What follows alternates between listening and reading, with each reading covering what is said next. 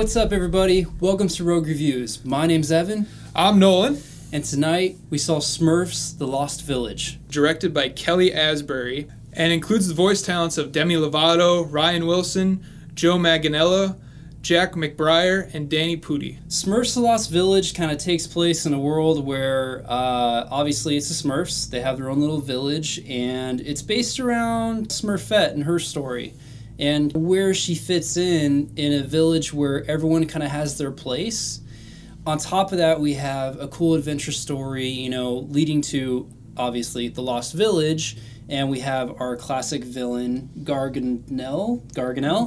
And he's trying to find the Lost Village as well. So they're trying to save the Lost Village from Gargamel. It wasn't disastrous. I was going into this movie thinking I was going to hate it. Like, the trailers really didn't do anything for me. No. It really looked dumb. They rarely do for kids' movies. Yeah. The one plus this had going for me going in was it wasn't like the last two movies where they were trying to take the Smurfs out of their magical village that looks great in animation. Let's put them in, New York City where everything's drab and stuff. It's like, why do all these kid animation films feel the need? Like, they did that with Chipmunks, they did that with Garfield. It never really translates well. So I was glad that they were going back to the basics with this. I was really pleasantly surprised. It was good. The opening part with the village introduction, with all of, kind of telling you what the Smurfs are, it was quick, it was to the point. I've never seen the show. I haven't seen any of the other movies, so it was kind of good to have that introduction.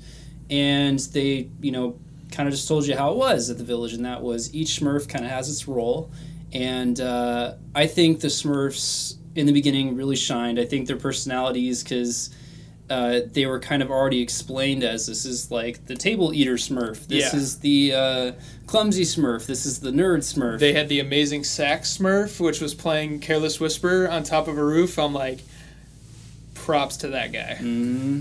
Brainy Smurf, Hefty Smurf. So they all kind of had their points, and I think that probably helped with fleshing out character because they already knew what they were going to be and kind of had a direction for them going forward because that's what they are. So I feel like their characters really shined and they had great jokes. I laughed a lot during that opening part with just kind of the trio together. Well, quartet. Yeah. Trio together because you got the three. You got Brainy, you got Clumsy, and you got Hefty along with Smurfette kind of just hanging out, having fun. And of course, the plot kicks in.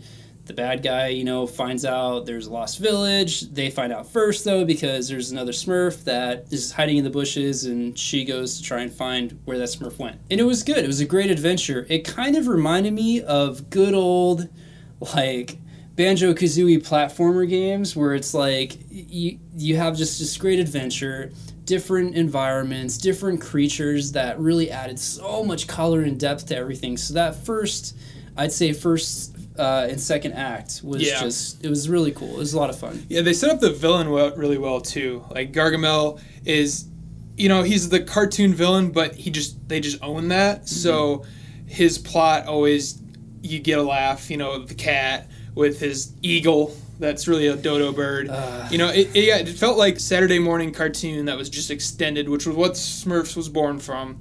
We were too young to see any of those episodes. Yeah. So we're not quite sure, it's like, but it seems like it was very faithful to that source material. It was a lot of fun.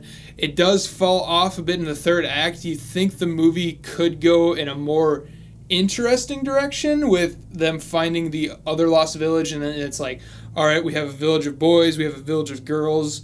What does that mean for, the village as a whole and the Smurf community? But they never really went too deep into that, which I think was a little missed opportunity.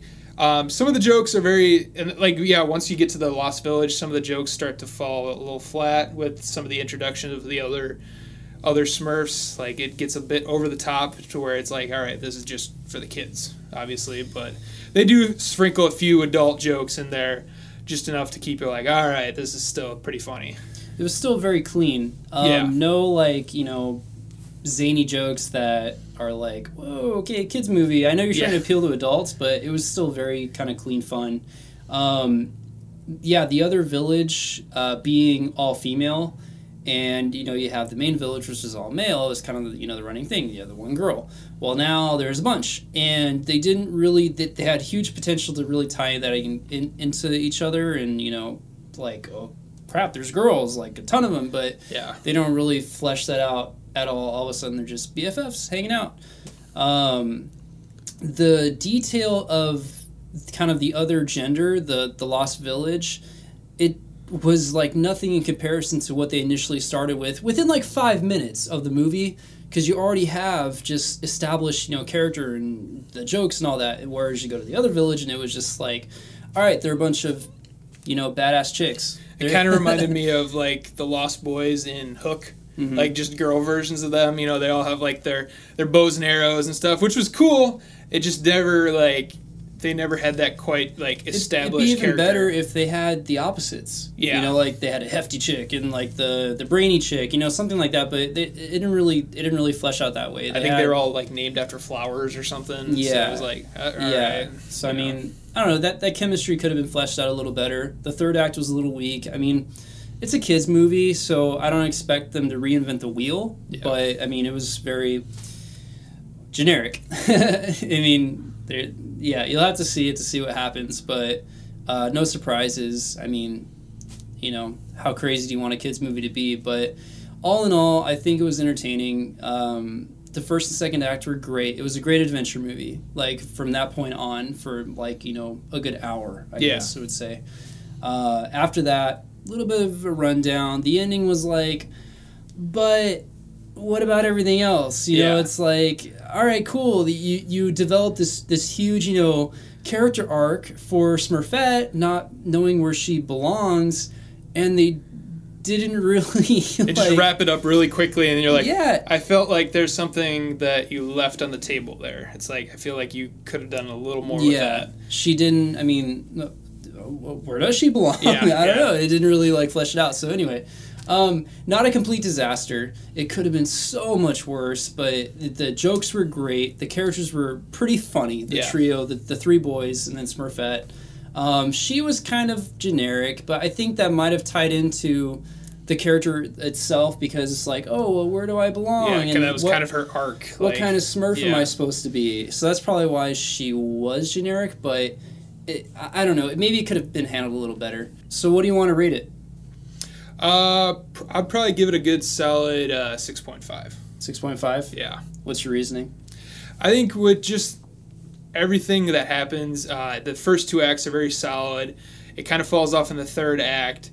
They could have been going for more, but it's still an enjoyable kids movie that adults can go with their kids and still get a couple laughs out of. It's not like a Pixar quality or even like a Despicable Me, like the Illumination. It's not quite on that level, but it's just a notch below. So, yeah, 6.5 for me.